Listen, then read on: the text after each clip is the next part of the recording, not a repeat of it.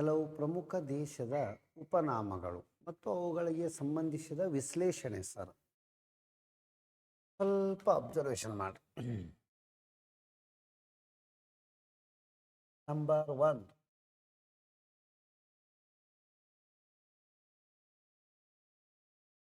ಈ ಕೆಳಗಿನ ಯಾವ ದೇಶವನ್ನು ಮುತ್ತುಗಳ ದ್ವೀಪ ಎಂದು ಕರೆಯುತ್ತಾರೆ ಅಂತ ಕೇಳ್ಯಾರ. ಮುತ್ತುಗಳ ದ್ವೀಪ ಎಂದು ಕರೆಯುವುದು ಬಹರೇನ್ ಎನ್ನುವ ದ್ವೀಪಕ್ಕ. ಬಹರೇನ್ ಎನ್ನುವುದನ್ನು ಮುತ್ತುಗಳ ದ್ವೀಪ ಎಂದು ಕರೆಯುತ್ತಾರೆ. ಈ ಉಳಿದಿದ್ದ ದೇಶಗಳದ ಒಂದಿಷ್ಟು ಪ್ರಾಮುಖ್ಯತೆಗಳನ್ನು ಅಬ್ಸರ್ವೇಷನ್. ಸೂರ್ಯ ಉದಯಿಸುವ ನಾಡು ಯಾವುದು ಅಂದರೆ ಜಪಾನ್. ಜಪಾನ್ ದೇಶದ ರಾಜಧಾನಿ ಯಾವುದು? ಈ ಸದ್ಯಕ್ಕಂದ್ರೆ ಟೋಕಿಯೋ. ಜಪಾನ್ ದೇಶದ ಹಳೆಯ ಹೆಸರು ನಿಪ್ಪಾನ್ ಎಂದಾಗಿತ್ತು.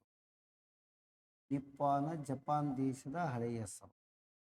ಪ್ರಪಂಚದಲ್ಲಿ ಅತ್ಯಂತ ಪೂರ್ವಕ್ಕೆ ಇರುವ ರಾಷ್ಟ್ರ ಯಾವುದು ಅಂದರೆ ಜಪಾನ್. ಹಾಗಾಗಿ ಅತ್ಯಂತ ಪೂರ್ವದಲ್ಲಿ ಇರುವುದರಿಂದ ಸೂರ್ಯ ಉದಯಿಸುವ ನಾಡು, ಲ್ಯಾಂಡ್ ಆಫ್ ಸನ್ ರೈಸಿಂಗ್ ಅಂದರೆ ಜಪಾನ್ ಅಂತೇಳಿ ಹೇಳ್ತೀವಿ ಸರ್.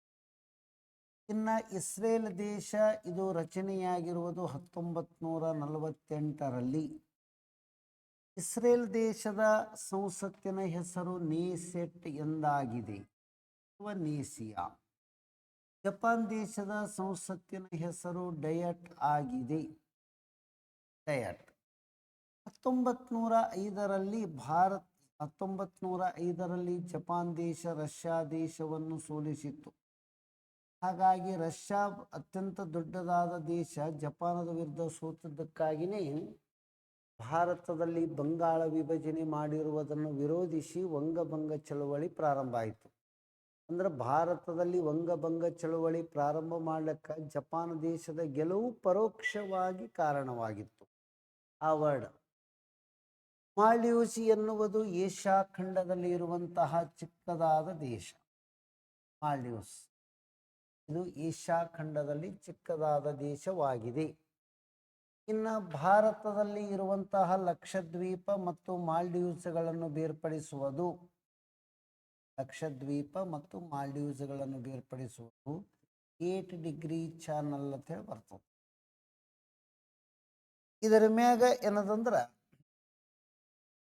ಇವು ಎರಡನ್ನು ಬೇರ್ಪಡಿಸುವಂತಹ ಒಂದು ಏನಂದ್ರೆ ಕಾಲುವೆ ಅಥವಾ ಚಾನಲ್, 8 ಡಿಗ್ರಿ ಚಾನಲ್. ಇಷ್ಟು ನಮಗೆ ಇದರ ಬಗ್ಗೆ ಗೊತ್ತಿರಬೇಕ್ರಿ. ಪರ್ಲ್ ಸಿಟಿ ಅಂತೇಳಿ ಭಾರತದಲ್ಲಿ ಯಾವ ನಗರವನ್ನು ಕರೀತಾರ ಅಂತ ಕೇಳ್ತಾರ. ಪರ್ಲ್ ಸಿಟಿ ಅಂಥೇಳಿ ಭಾರತದಲ್ಲಿ ಎದಕ್ಕೆ ಕರೀಬೇಕು ಅಂದ್ರೆ ಹೈದರಾಬಾದ್ ನಗರವನ್ನು ಕರೀತಾರ. ಹೈದರಾಬಾದ್ ನಗರದ ಹಳೆಯ ಹೆಸರು ಏನಾಗಿತ್ತು ಅಂದ್ರೆ ಭಾಗ್ಯನಗರ. ಹಾಗಾದರೆ ಹೈದರಾಬಾದ್ ಎನ್ನುವುದು ಯಾವ ನದಿಯ ದಡದಲ್ಲಿ ನೆಲೆಗೊಂಡಿದೆ ಅಂತ ಕೇಳಿದ್ರೆ ಮೂಸಿ ನದಿ ತೀರದಲ್ಲಿ ಬರುತ್ತದೆ. ಮೂಸಿ ನದಿ ತೀರದಲ್ಲಿ. ಈ ಕಾನ್ಸೆಪ್ಟ್ಗಳು ನಮಗೆ ಗೊತ್ತಿರಬೇಕು. ನೆಕ್ಸ್ಟ್, ರಾಜೀವ್ ಗಾಂಧಿ ಗ್ರಾಮೀಣ ಅಧ್ಯಯನ ಸಂಸ್ಥೆ ಇಲ್ಲಿ ಅದ ಹೈದರಾಬಾದ್. ಇಷ್ಟು ಇದಕ್ಕೆ ಸಂಬಂಧಿಸಿದ ವಿಷಯ. Coffee bowl of the world ಅಂದ್ರೆ ಯಾವುದಕ್ಕೆ ಕರೀತಾರ ಅಂತ ಕೇಳ್ತಾರ. ಫಸ್ಟ್, ಪ್ರಪಂಚದ ಕಾಫಿಯ ಬಟ್ಟಲು ಎಂದು ಕರೆಯುವುದು ಬ್ರೆಜಿಲ್ ದೇಶಕ್ಕೆ ಕರೀತಾರ. ಬ್ರೆಜಿಲ್ ದೇಶದ ಹಳೆಯ ರಾಜಧಾನಿ ಯಾವುದು ಅಂತ ಕೇಳಿದ್ರು ಅಂದ್ರೆ ಸಾಲ್ವಾಡಾರ್. ಬ್ರೆಜಿಲದ ಈಗಿನ ರಾಜಧಾನಿ ಯಾವುದು ಅಂದ್ರೆ ಬ್ರೆಸಿಲಿಯಾ.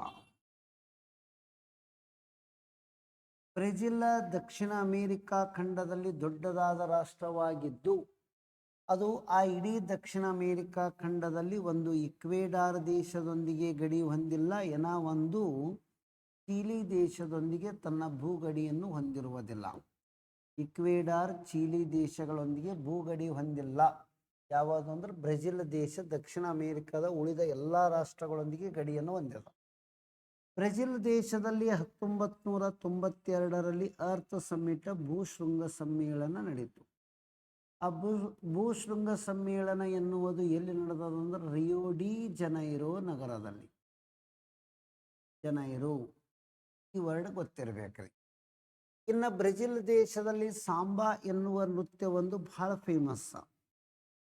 ಬ್ರೆಜಿಲ್ ದೇಶದಲ್ಲಿ ಕಂಡುಬರುವ ಹುಲ್ಲುಗಾವಲು ಕಾಂಪೋಸ್ ಹುಲ್ಲುಗಾವಲು. ಇವೆಲ್ಲಂದ್ರೆ ಬ್ರೆಜಿಲ್ ದೇಶಕ್ಕೆ ಸಂಬಂಧಿಸಿದ ವಿಷಯಗಳು. ಇನ್ನು ಮೆಕ್ಸಿಕೋ ದೇಶ ಪ್ರಪಂಚದಲ್ಲಿ ಅತಿ ಹೆಚ್ಚು ಬೆಳ್ಳಿ ಉತ್ಪಾದನೆ ಮಾಡುವ ದೇಶ ಯಾವುದು ಅಂದ್ರೆ ಮೆಕ್ಸಿಕೋ. ಬೆಳ್ಳಿಯ ಸಂಕೇತ ಏನಾಗಿದೆ ಅಂತ ಕೇಳಿದ್ರಂದ್ರೆ Ag ಅರ್ಜೆಂಟೈನ್. ಎಲ್ಲ ಧಾತುಗಳಲ್ಲಿ ಅತಿ ಹೆಚ್ಚು ವಿದ್ಯುತ್ ಹರಿಯುವುದು ಯಾವುದು ಅಂದ್ರೆ ಬೆಳ್ಳಿ. ವಿದ್ಯುತ್ತಿನ ಅತ್ಯುತ್ತಮ ವಾಹಕ, ವಿದ್ಯುತ್ತಿನ ಉತ್ತಮ ವಾಹಕ ಯಾವುದು ಅಂತ ಕೇಳಿದ್ರೆ ಬೆಳ್ಳಿ ಅಂತೇಳಿ ಹೇಳ್ಬೇಕು. ಭಾರತದಲ್ಲಿ ಅತಿ ಹೆಚ್ಚು ಬೆಳ್ಳಿ ಉತ್ಪಾದನೆ ಮಾಡುವುದು ರಾಜಸ್ಥಾನ ರಾಜ್ಯ. ಇಂಡಿಯಾದೊಳಗೆ ಹೈಯೆಸ್ಟ್ ರಾಜಸ್ಥಾನ, ವರ್ಲ್ಡ್ದೊಳಗೆ ಮೆಕ್ಸಿಕೋ. ಪ್ರಪಂಚದಲ್ಲಿ ಮೊಟ್ಟ ಮೊದಲಿಗೆ ಮೆಕ್ಸಿಕೋ ದೇಶದಲ್ಲಿನೇ ಯಾವುದು ಸ್ಟಾರ್ಟ್ ಆಯಿತು ಅಂದ್ರೆ ಹಸಿರು ಕ್ರಾಂತಿ ಎನ್ನುವುದು ಪ್ರಾರಂಭ. ಆ ಹಸಿರು ಕ್ರಾಂತಿ ಯಾವ ಕ್ಷೇತ್ರದಲ್ಲಿ ಸ್ಟಾರ್ಟ್ ಆಗಿದೆ ಅಂದ್ರೆ ಗೋಧಿ ಉತ್ಪಾದನೆ ಹೆಚ್ಚಳಕ್ಕೆ ಕಾರಣ. ಕಾನ್ಸೆಪ್ಟ್ ಗೊತ್ತಿರಬೇಕು. ನೆಕ್ಸ್ಟ್, ಭಾರತದಲ್ಲಿ ಕಾಫಿ ಹೈಯೆಸ್ಟ್ ಬೆಳೆಯೋದು ಎಲ್ಲಿ ಅಂದ್ರೆ ಕರ್ನಾಟಕ. ಹಾಗಾದರೆ ಕರ್ನಾಟಕದೊಳಗೆ ಕಾಫಿ ಮಂಡಳಿ ಎಲ್ಲಿ ಅದ ಅಂತ ಕೇಳಿದ್ರು ಅಂದ್ರೆ ಬೆಂಗಳೂರು. ಇಲ್ಲಿ ಎರಡು ಕಾನ್ಸೆಪ್ಟ್ ಬೇಕು. ಕಾಫಿ ಬೋರ್ಡ್ ಆಫ್ ಇಂಡಿಯಾ,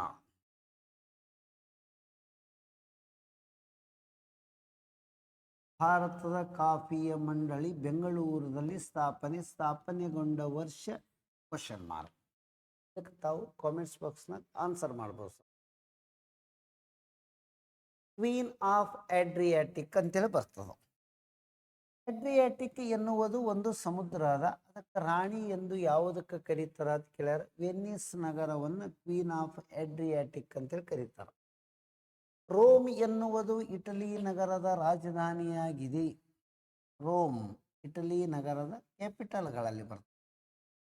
ಹಾಗಾದರೆ ರೋಮ್ ನಗರ ಇರುವುದು ಯಾವ ನದಿಯ ದಡದಲ್ಲಿ ಅಂತ ಕೇಳಿದ್ರು ಅಂದ್ರೆ ಟೈಬರ್ ನದಿ ದಡದಲ್ಲಿ ರೋಮ್ ನಗರವಿದೆ. ರೋಮ್ ನಗರದ ಮಧ್ಯದಲ್ಲಿ ಏನದಂದ್ರೆ ವ್ಯಾಟಿಕನ್ ಸಿಟಿ ಇದೆ. ವ್ಯಾಟಿಕನ್ ಸಿಟಿ ಎನ್ನುವುದು ಪ್ರಪಂಚದ ಸ್ವತಂತ್ರವಾದ ಚಿಕ್ಕದಾದ ದೇಶಗಳಲ್ಲಿ ಒಂದು. ಲಿಸ್ಬನ್ ಇದು ಪೋರ್ಚುಗಲ್ ದೇಶದ ರಾಜಧಾನಿಯಾಗಿದ್ದು, ಪೋರ್ಚುಗಲ್ ದೇಶದ ರಾಜಧಾನಿ. ಪೋರ್ಚುಗಲ್ ದೇಶ ಗಡಿ ಹೊಂದಿರುವುದು ಒಂದೇ ಒಂದು ದೇಶದೊಂದಿಗೆ. ಅದೇ ಯಾವುದು ಅಂದ್ರೆ ಸ್ಪೇನ್ ದೇಶದೊಂದಿಗೆ. ಸ್ಪೇನ್ ದೇಶದ ರಾಜಧಾನಿ ಯಾವುದು ಹೇಳ್ತಾರೆ ಮ್ಯಾಡ್ರಿಡ್. ಹಾಗಾದರೆ ಸ್ಪೇನ್ ದೇಶದ ರಾಷ್ಟ್ರೀಯ ಕ್ರೀಡೆ ಯಾವುದು ಅಂದ್ರೆ ಗೋಳಿ ಕಾಳಗ, ಬುಲ್ ಫೈಟಿಂಗ್. ಗೋಳಿ ಕಾಳಗ ಅಥವಾ ಬುಲ್ ಫೈಟಿಂಗ್ ಅಂತ ಹೇಳಿ ಬರ್ತದೆ ಸರ್. ಕಾನ್ಸೆಪ್ಟ್ ಗೊತ್ತಿರಬೇಕು.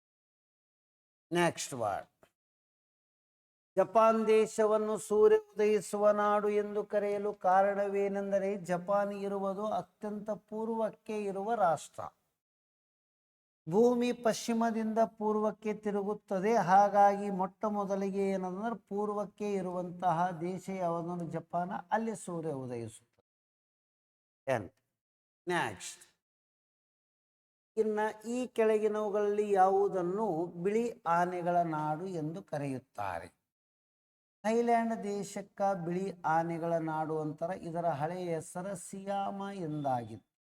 PSI question PS. ಥೈಲ್ಯಾಂಡಿನ ರಾಜಧಾನಿ ಬ್ಯಾಂಕಾಕ್ ಎಂದಾಗಿದೆ. ಅತಿ ಹೆಚ್ಚು ಬಾರಿ ಏಷ್ಯನ್ ಕ್ರೀಡಾಕೂಟಗಳು ನಡೆದಿರುವುದು ಏಷ್ಯನ್ ಗೇಮ್ಸ್ ಹೈಯೆಸ್ಟ್ ಎಲ್ಲಿ ನಡೆದವು ಅಂದ್ರೆ ಬ್ಯಾಂಕಾಕ್ 4 times. ಒಂದೇ ಸಿಟಿದೊಳಗೆ ಹೋಸ್ಟ್ ಮಾಡಿದ್ದು. ಇನ್ನು ಥೈಲ್ಯಾಂಡ್ ದೇಶ ಅತಿ ಹೆಚ್ಚು ಏನನ್ನು ಉತ್ಪಾದಿಸುತ್ತದೆ ಅಂದರೆ ರಬ್ಬರ್ ಉತ್ಪಾದನೆಯಲ್ಲಿ ಥೈಲ್ಯಾಂಡ್ ಪ್ರಥಮ ಸ್ಥಾನ ಹೊಂದಿದೆ. ರಬ್ಬರ್ ನ್ಯಾಚುರಲಿ ಇದು ಒಂದು ಏನಾಗಿದೆ ಅಂದ್ರೆ ಐಸೋಪ್ರೆನಿ ಆಗಿದೆ. ಐಸೋಪ್ರೆನಿ ರಬ್ಬರವನ್ನು ಆ ಗಿಡದ ಲೇಟೆಕ್ಸ್ ಅಥವಾ ತೊಗಟೆಯ ಭಾಗದಿಂದ ಪಡೆಯುವರು. ಇನ್ನು ರಬ್ಬರ್ ಗಟ್ಟಿ ಮಾಡುವ ವಿಧಾನಕ್ಕೆ ವಲ್ಕನೀಕರಣ ಎಂದು ಕರೆಯುತ್ತಾರೆ. ವಲ್ಕನೀಕರಣದಲ್ಲಿ ಗಂಧಕದ ಚೂರು ಕೆಟಾನೀಕರಣವಾಗಿ ಅಥವಾ ಕೆಟಲಿಸ್ಟ್ ಆಗಿ ಬಳಸುತ್ತಾರೆ. ಎಸ್ ಅಂತಾರೆ. ಎಸ್ ಅಂದ್ರೆ ಸಲ್ಫರ್. ಭಾರತದಲ್ಲಿ ಹೆಚ್ಚು ರಬ್ಬರ್ ಉತ್ಪಾದನೆಯಾಗುವುದು ಕೇರಳ. ರಬ್ಬರ್ ಮಂಡಳಿ ಇರುವುದು ಎಲ್ಲಿ ಅಂದರೆ ಕೇರಳದ ಕೊಟ್ಟಾಯಮದಲ್ಲಿ ಇದೆ. ಕೇರಳದ ಕೊಟ್ಟಾಯಮದಲ್ಲಿ ರಬ್ಬರ್ ಮಂಡಳಿ ಇದೆ. ಇನ್ನು ಆಫ್ರಿಕಾ ಎನ್ನುವುದು ಕಪ್ಪು ಖಂಡ ಅಥವಾ ಕಗ್ಗತ್ತಲೆಯ ಖಂಡ ಅಥವಾ ಡಾರ್ಕ್ ಕಾಂಟಿನೆಂಟ್, ಕಗ್ಗತ್ತಲೆಯ ಖಂಡ ಅಂತೇಳಿ ಕರೀತಾರೆ. ಆಫ್ರಿಕಾ ಖಂಡದಲ್ಲಿ ಅತ್ಯಂತ ಏನದಂದ್ರೆ ವಿಸ್ತೀರ್ಣದಲ್ಲಿ ದೊಡ್ಡದಾದ ದೇಶ ಯಾವುದು ಹೇಳಿದ್ರು ಅಂದ್ರೆ ಅಲ್ಜೀರಿಯಾ. ಅಲ್ಜೀರಿಯಾ ಆಗಿದೆ. ಹಾಗಾದರೆ ಜನಸಂಖ್ಯೆ ಹೆಚ್ಚಿಗಿರೋದು ಎಲ್ಲಿ ಅಂದ್ರೆ ನೈಜೀರಿಯಾ. ಅದು ಅಲ್ಜೀರಿಯಾ, ಇದು ನೈಜೀರಿಯಾ. ಇಷ್ಟು ನಮಗೆ ಕಾನ್ಸೆಪ್ಟ್. ಟರ್ಕಿ ದೇಶದ ರಾಜಧಾನಿ ಅಂಕಾರ. ನಾಣ್ಯ ಯಾವುದು ಅಂದ್ರೆ ಲೀರಾ. ಟರ್ಕಿ ದೇಶವನ್ನು ಸಿಕ್ ಮ್ಯಾನ್ ಆಫ್ ದಿ ಯುರೋಪ್ ಖಂಡದ ರೋಗಗ್ರಸ್ತ ಮನುಷ್ಯ ಎಂದು ಕರೆಯುವರು. ಸಿಕ್ ಮ್ಯಾನ್ ಆಫ್ ಯುರೋಪ್ ಖಂಡದ ರೋಗಗ್ರಸ್ತ ಮನುಷ್ಯ ಯಾವುದು ಅಂದ್ರೆ ಟರ್ಕಿ ದೇಶ. ಕ್ಯೂಬಾ ದೇಶವನ್ನ ಪ್ರಪಂಚದ ಏನದಂದ್ರ ಕಬ್ಬಿನ ಅಥವಾ ಸಕ್ಕರೆಯ ಬಟ್ಟಲು, sugar bowl of the world. Sugar bowl of world ಅಂತೇಳಿ ಕರಿತೀವಿ ನಾವು. ಪ್ರಪಂಚದ ಸಕ್ಕರೆಯ ಬಟ್ಟಲು ಯಾವುದು ಅಂದ್ರೆ ಕ್ಯೂಬಾ. ಕ್ಯೂಬಾದ ರಾಜಧಾನಿ ಯಾವುದು ಅಂದ್ರೆ ಹವಾನಾ. ಇದು ಗೊತ್ತಿರಬೇಕು. ಕ್ಯೂಬಾದ ರಾಜಧಾನಿ ಯಾವುದು ಅಂದ್ರೆ Havana. Next, land of midnight sun. ಮಧ್ಯರಾತ್ರಿ ಸೂರ್ಯ ಉದಯಿಸುವ ನಾಡು ಯಾವುದು ಅಂದ್ರೆ ನಾರ್ವೆ ದೇಶ. ನಾರ್ವೆ ದೇಶದ ರಾಜಧಾನಿ ಯಾವುದು ಅಂದ್ರೆ ಓಸ್ಲೋ. ನಾಣ್ಯದ ಹೆಸರ ಕ್ರೋನ್. ನೊಬೆಲ್ ಶಾಂತಿ ಪ್ರಶಸ್ತಿಯನ್ನು ನಿರ್ಧರಿಸುವುದೇ ನಾರ್ವೆ ಸಂಸತ್ತು ಆಗಿದೆ. ನೊಬೆಲ್ ಪೀಸ್ ಅವಾರ್ಡ್ ಯಾರು ಡಿಸೈಡ್ ಮಾಡ್ತಾರ ಅಂದ್ರ ನಾರ್ವೆ ಸಂಸತ್ತಿನವರೇ ಡಿಸೈಡ್ ಮಾಡ್ತಾರ. ಫಿನ್ಲ್ಯಾಂಡ್ ದೇಶದ ರಾಜಧಾನಿ ಯಾವುದು ಅಂದ್ರ ಹೆಲ್ಸಂಕಿ ಎಂದಾಗಿದೆ. ಫಿನ್ಲ್ಯಾಂಡ್ ದೇಶದ ರಾಜಧಾನಿ ಹೆಲ್ಸಂಕಿ. Land of 1000 lakes. 1000 ಸರೋವರಗಳ ನಾಡು ಯಾವುದು ಅಂದ್ರೆ ಫಿನ್ಲ್ಯಾಂಡ್. ಹಾಗಾದರೆ ಫಿನ್ಲ್ಯಾಂಡ್ ದೇಶದಲ್ಲಿ ಇರುವಂತಹ ಒಂದು ವಿಶೇಷ ಏನಂದ್ರೆ 1952ರಲ್ಲಿ ಭಾರತ ತನ್ನ ಮೊದಲ ವೈಯಕ್ತಿಕ 52ರಲ್ಲಿ ಭಾರತ ತನ್ನ ಮೊದಲ ಒಲಿಂಪಿಕ್ ಪದಕ ತಗೊಂಡಿದ್ದೇ ಇಲ್ಲೇ. ಎಲ್ಲಿ ಅಂದ್ರೆ ಹೆಲ್ಸಂಕಿ ಒಳಗ. ಯಾರು ಅಂದ್ರೆ ಯಾದವ್. ಯಾವ ವಿಭಾಗದೊಳಗಂದ್ರೆ ಕುಸ್ತಿ ವಿಭಾಗದಲ್ಲಿ. ಕುಸ್ತಿ ವಿಭಾಗದಲ್ಲಿ ಯಾವ ಪದಕ ಪಡೆದಿದ್ದರು? ಕಂಚು, ಬ್ರಾಂಜ್. ಕಂಚು ಇದರ ಮಿಶ್ರಲೋಹವಾಗಿದೆ. ಕೆ ಅಂದ್ರ ಕಂಚು, ಟಿ ಅಂದ್ರ ತಾಮ್ರ, ಟಿ ಅಂದ್ರ ತವರ, ಕೆ ಟಿ. ತಾಮ್ರ ಪ್ಲಸ್ ತವರ ಈಸ್ ಈಕ್ವಲ್ ಟು ಕಂಚು. ಜರ್ಮನಿ ದೇಶದ ರಾಜಧಾನಿ ಯಾವುದು ಅಂತ ಕೇಳ್ತಾರ? ಬರ್ಲಿನ್.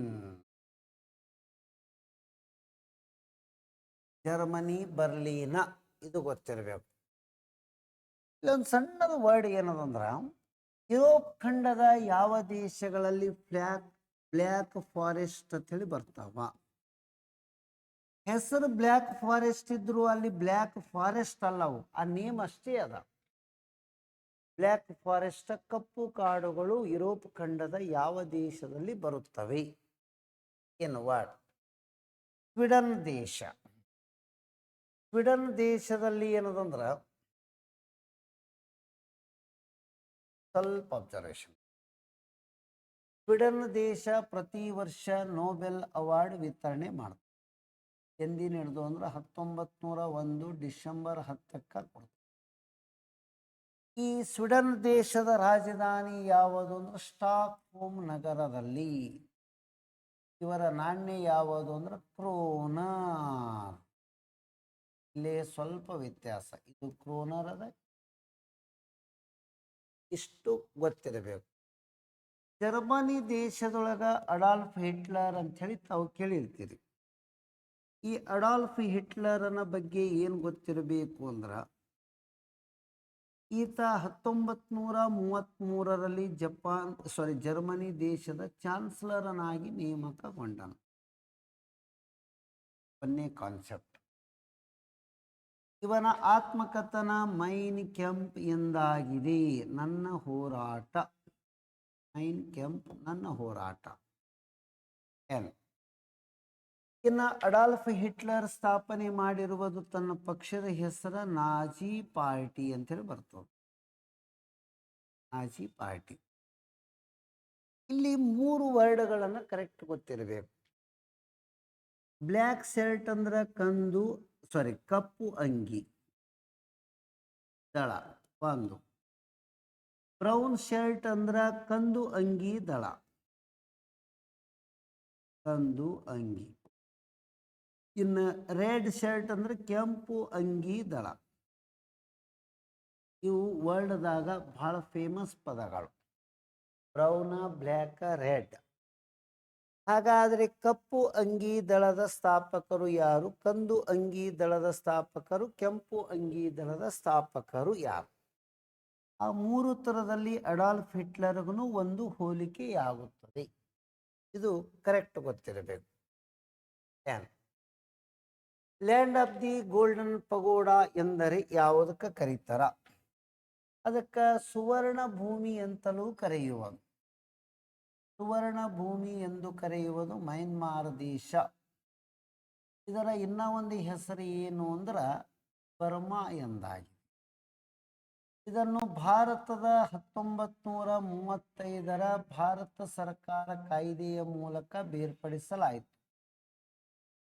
ಬೇರ್ಪಡಿಸಲ್ಪಟ್ಟ ವರ್ಷ ಯಾವಾಗಂದ್ರೆ 1937ರಲ್ಲಿ. ಬೇರ್ಪಟ್ಟ ನಂತರ ಮಯನ್ಮಾರದ ರಾಜಧಾನಿ ಯಾವುದಿತ್ತು ಅಂದ್ರೆ Rangoon. It is situated on the river bank of ಯಾವುದು ಅಂದ್ರೆ ಇರಾವತಿ ಅಥವಾ ಇರಾವತಿ ನದಿ ದಡದಲ್ಲಿ ಇದೆ. ರಂಗೂನದಲ್ಲಿ ಇರುವಂತ ಜೈಲಿನ ಹೆಸರು ಏನು ಅಂದ್ರೆ ಮ್ಯಾಂಡಾಲೆ ಜೈಲು ಅಂತ ಬರ್ತದ. ಈ ಮಾಂಡಾಲೆ ಜೈಲಿನಲ್ಲಿ ಯಾರನ್ನ ಬಂಧಿಸಲಾಗಿತ್ತು ಅಂದ್ರೆ ಬಾಲ ಗಂಗಾಧರ್ ತಿಲಕ್ ಅವರ ಬಂಧನವಾಗಿತ್ತು.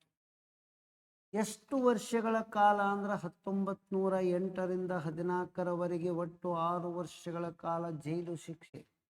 3 ಬಾರಿ ದೇಶದ್ರೋಹಿ ಅಪರಾಧದ ಆಧಾರದ ಮೇಲೆ ಬ್ರಿಟಿಷರು ತಿಲಕ್ ಅವರನ್ನು ಬಂಧಿಸಿದ್ದರು.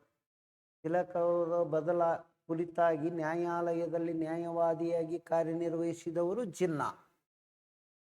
ತಿಲಕ ಈ ಜೈಲಿನಲ್ಲಿ ಇದ್ದಾಗ ಭಗವದ್ಗೀತೆಯನ್ನ ಮರಾಠಿ ಒಳಗೆ ಬರೆದಾರ. ಗೀತಾ ರಹಸ್ಯ ಎಂದು ಕರೆಯಲಾಗುತ್ತದೆ.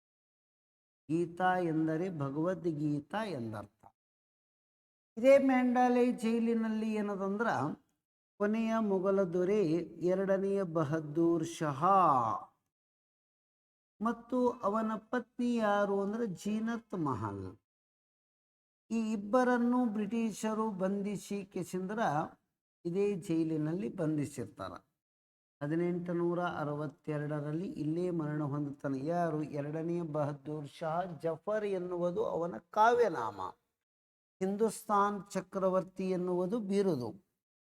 ಹಾಗಾದರೆ 2ನೇ ಬಹದ್ದೂರ್ ಶಾ ಮತ್ತು ಜೀನತ್ ಮಹಲ್ ಅವರನ್ನ 1857ರ ದಂಗೆಯಲ್ಲಿ ಬ್ರಿಟಿಷರು ಅರೆಸ್ಟ್ ಮಾಡೋಕ್ಕಿಂತ ಮುಂಚಿತವಾಗಿ ಒಂದು ಕಟ್ಟಡದಲ್ಲಿ ಅವಿತು ಕುಳಿತುಕೊಂಡಿರ್ತಾರೆ. ಅದು ಆಕ್ಚುಲಿ ಕಟ್ಟಡ ಅನ್ನಕ್ಕಿಂತ ಸಮಾಧಿಯಾಗಿತ್ತು. ಯಾರ ಸಮಾಧಿಯಲ್ಲಿ ಇವರಿಬ್ಬರು ಅವಿತು ಕುಳಿತುಕೊಂಡಾಗ ಬ್ರಿಟಿಷರು ಬಂಧಿಸಿದರು?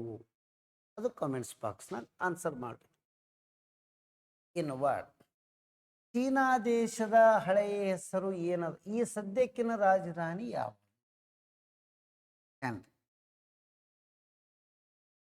ನಿಪ್ಕಿಡಾವ್ ಅಂಥೇಳೇನೋ ಅದ ನೋಡಿ ಈಗಿನ ರಾಜಧಾನಿ. ಚೀನಾ ದೇಶದ ಹಳೆಯ ಹೆಸರು ಚೀನಾಂಬರ. ರಾಜಧಾನಿ ಯಾವುದು ಅಂದ್ರೆ ಬೀಜಿಂಗ್. ಬೀಜಿಂಗದ ಹಳೆಯ ಹೆಸರು ಏನಾಗಿತ್ತು ಅಂದ್ರೆ ಪೀಕಿಂಗ. ಪ್ರಪಂಚದಲ್ಲಿ ರೇಷ್ಮೆ ಹೈಯೆಸ್ಟ್ ಇರೋದೇ ಚೀನಾ. ಕಬ್ಬಿಣದ ಅದಿರು ಚೀನಾ. ಹಾಗಾಗಿ ಅಂದ್ರೆ ಭತ್ತದಲ್ಲಿನೂ ಚೀನಾನೇ ಅದ. ಇದು ಏನಂದ್ರೆ ಪ್ರಪಂಚದ ದೊಡ್ಡದಾದ ಪಾರ್ಲಿಮೆಂಟ್ನು ಚೀನಾನೇ sir. North Korea South Korea ಅಂತೇಳಿ ಎರಡೂ ಡಿವೈಡ್ ಆಗದೆ ಯಾವಾಗ ಅಂದ್ರೆ 38ರ ಸಮಾಂತರ ರೇಖೆಯಿಂದ ಉತ್ತರ ಕೊರಿಯಾ ದಕ್ಷಿಣ ಕೊರಿಯಾಗಳನ್ನು ಬೇರ್ಪಡಿಸಲಾಯಿತು. ಎರಡೂ ರಾಷ್ಟ್ರಗಳು ವಿಭಜನೆಗೊಂಡಿರುವುದು 1948. ಹಾಗಾದರೆ ಕೊರಿಯಾ ದೇಶಗಳ ರಾಜಧಾನಿ ಒಂದು ಸಿಯೋಲ ಅಂತೇಳಿ ಅದ, ಒಂದು ಪೊಯಾಂಗ್ ಯಂಗ್ ಅಂತೇಳಿ ಬರ್ತವೆ. ಇವು ಏನದಂದ್ರೆ ಇದರ ಬಗ್ಗೆ ಇಷ್ಟು ಕಾನ್ಸೆಪ್ಟ್ಗಳು ಗೊತ್ತಿರಬೇಕು. ನೆಕ್ಸ್ಟ್, ಕಾಲುವೆಗಳ ನಾಡು ಎಂದು ಕರೆಯಲ್ಪಡುವ ದೇಶ ಯಾವುದು ಅಂದ್ರೆ ಪಾಕಿಸ್ತಾನ. ಆದರೆ ಪ್ರಪಂಚದಲ್ಲಿ ಅತಿ ಹೆಚ್ಚು ಕಾಲುವೆ ನೀರಾವರಿ ಹೊಂದಿರುವ ದೇಶ ಭಾರತ. ಭಾರತದಲ್ಲಿ ಅತಿ ಹೆಚ್ಚು ಕಾಲುವೆ ನೀರಾವರಿ ಹೊಂದಿರುವ ರಾಜ್ಯ ಯಾವುದಂದ್ರೆ ಉತ್ತರ ಪ್ರದೇಶ. ಅತಿ ಹೆಚ್ಚು ಕೊಳವೆ ಬಾವಿ ಹೊಂದಿರುವುದು ಯಾವುದು ಅಂದ್ರೆ ಉತ್ತರ ಪ್ರದೇಶ. ಅತಿ ಹೆಚ್ಚು ಕೆರೆ ನೀರಾವರಿ ಯಾವುದು ಅಂದ್ರೆ ತಮಿಳುನಾಡು. ಇದು ಭಾರತ. ಪ್ರಪಂಚದಲ್ಲಿ ಹೆಚ್ಚು ಕೃಷಿಗೆ ನೀರಾವರಿ ಭೂಮಿ ಹೊಂದಿರುವುದೇ ಭಾರತ. ಆದರೆ ಪಾಕಿಸ್ತಾನವನ್ನು ಕಾಲುವೆಗಳ ನಾಡು ಎಂದು ಕರೆಯುತ್ತಾರೆ. ಪಾಕಿಸ್ತಾನಕ್ಕೆ gift of the Indus, Sindhu ನದಿಯ ವರಪ್ರಸಾದ ಎಂದರೆ ಪಾಕಿಸ್ತಾನ. ನೈಲ್ ನದಿಯ ವರಪ್ರಸಾದ ಎಂದರೆ ಈಜಿಪ್ಟ್. ಇಷ್ಟು ಇದರ ಬಗ್ಗೆ ನಮಗೆ ಗೊತ್ತಿರಬೇಕು. ಪಾಕಿಸ್ತಾನ ಸ್ವತಂತ್ರಗೊಂಡ ಬಳಿಕ ಅದರ ಮೊದಲ ರಾಜಧಾನಿ ಯಾವುದಿತ್ತು ಅಂದ್ರೆ ಕರಾಚಿ. ಸ್ವತಂತ್ರ ಪಾಕಿಸ್ತಾನದ ಮೊದಲ ಅಧ್ಯಕ್ಷ ಯಾರು ಅಂದ್ರೆ ಮೊಹಮ್ಮದ್ ಅಲಿ ಜಿನ್ನಾ. ಇಲ್ಲೊಂದು ಸಣ್ಣದ ಅಬ್ಸರ್ವೇಷನ್ ಮಾಡ್ರಿ. ಫಸ್ಟ್ ಕ್ಯಾಪಿಟಲ್ ರೀ ಯಾವ ನದಿಯ ದಡದಲ್ಲಿ ಇದೆ ಅಂದ್ರೆ ಸಿಂಧೂ ನದಿ ದಡದಲ್ಲಿ ಇದೆ. ಸಿಂಧೂ ನದಿ ತೀರದಲ್ಲಿ. ಪಾಕಿಸ್ತಾನದಕ್ಕಿಂತ ಭಾರತ ಎಷ್ಟು ಪಟ್ಟು ದೊಡ್ಡದಾಗಿದೆ ಅಂದ್ರೆ ಭಾರತ 4 ಪಟ್ಟು ವಿಸ್ತೀರ್ಣದಲ್ಲಿ ಪಾಕಿಸ್ತಾನಕ್ಕಿಂತ ದೊಡ್ಡದಾದ ದೇಶ. ಭಾರತ ಪಾಕಿಸ್ತಾನದ ನಡುವೆ ಇರುವುದು 3323 ಕಿಲೋಮೀಟರ್ ಗಡಿ ರೇಖೆಯಾಗಿದೆ. ಕೆಲವೊಂದು ಕಡೆ 30 ಕಿಲೋಮೀಟರ್ ಬರೆದಿರ್ತಾರ. ಹಾಗಾದರೆ ಈ ಪಾಕಿಸ್ತಾನದೊಂದಿಗೆ ಗಡಿ ಹಂಚಿಕೊಂಡಿರುವ ಭಾರತದ ರಾಜ್ಯಗಳು ಗುಜರಾತ್, ರಾಜಸ್ಥಾನ, ಪಂಜಾಬ್, ಜಮ್ಮು ಕಾಶ್ಮೀರ ಮತ್ತು ಲಡಾಖ್. ಈ ಜಮ್ಮು ಕಾಶ್ಮೀರ ಲಡಾಖದಲ್ಲಿ ಪಾಕಿಸ್ತಾನದೊಂದಿಗೆ ಗಡಿ ಹಂಚಿಕೊಂಡದಲ್ಲ, ಅಲ್ಲಿ POK ಅಂತಾರೆ, ಪಾಕ್ ಆಕ್ರಮಿತ ಕಾಶ್ಮೀರ. ಜಮ್ಮು ಕಾಶ್ಮೀರದ ನಡಬರ್ಕ LOC ಅಂತೇಳಿ ಲೈನ್ ಆಫ್ ಕಂಟ್ರೋಲ್ ಇದು ಅದ. LAC ಅಂದ್ರೆ ಭಾರತ ಚೀನಾದ ನಡಬರ್ಕ ಅದ. ಇನ್ನು ಇಲ್ಲಿ ಇರುವುದು ಸಾಮಾನ್ಯವಾಗಿ ರ್ಯಾಡ್ಕ್ಲಿಫ್ ರೇಖೆ ಅಂತೇಳಿ ಬರ್ತದೆ. ರ್ಯಾಡ್ಕ್ಲಿಫ್ ರೇಖೆ. ಗುಜರಾತಿನ ಅಂತ್ಯಕ್ಕೆ ಸರ್ ಕ್ರಿಕ್ ರೇಖೆ ಅಂತೇಳಿ ಬರ್ತದೆ. ಭಾರತ ಪಾಕಿಸ್ತಾನಕ್ಕೆ ಬೇರ್ಪಡಿಸಲಿಕ್ಕೆ ಭಾರತ ಪಾಕಿಸ್ತಾನ ನಡಬರ್ಕ ಸರ್ ಕ್ರಿಕ್, ರ್ಯಾಡ್ಕ್ಲಿಫ್ ಮತ್ತು LOC 3 ಪದಗಳನ್ನು. ಇವರ ಬದಿಯಲ್ಲಿ ಗಡಿ ಕಾಯಬೇಕು ಅಂದ್ರೆ ಯಾವುದದ ಭಾರತದ ಪಡೆ ಅಂದ್ರೆ BSF. ಅಫ್ಘಾನಿಸ್ತಾನದ ಗಡಿ ಕಾಯ್ಲಿಕ್ಕೂ BSF ಅದ. ಈ ಕಡೆ ಬಾಂಗ್ಲಾದೇಶದೊಂದಿಗೆ ಗಡಿ ಕಾಯಬೇಕು ಅಂದ್ರೆ BSF ಅದ. ಅಂದ್ರೆ ಇದರ ಅರ್ಥ ಏನಂದ್ರೆ ಬಾಂಗ್ಲಾ, ಅಫ್ಘಾನಿಸ್ತಾನ ಮತ್ತು ಪಾಕಿಸ್ತಾನದ ಗಡಿ ಪ್ರದೇಶದ ಕಾವಲು ನಮ್ಮಲ್ಲಿ ಭಾರತದ ಅರೆ ಸೇನಾ ಪಡೆ BSF ರಕ್ಷಣೆ ಮಾಡ್ತದೆ ಭಾರತವನ್ನು ಅಂದಂಗ.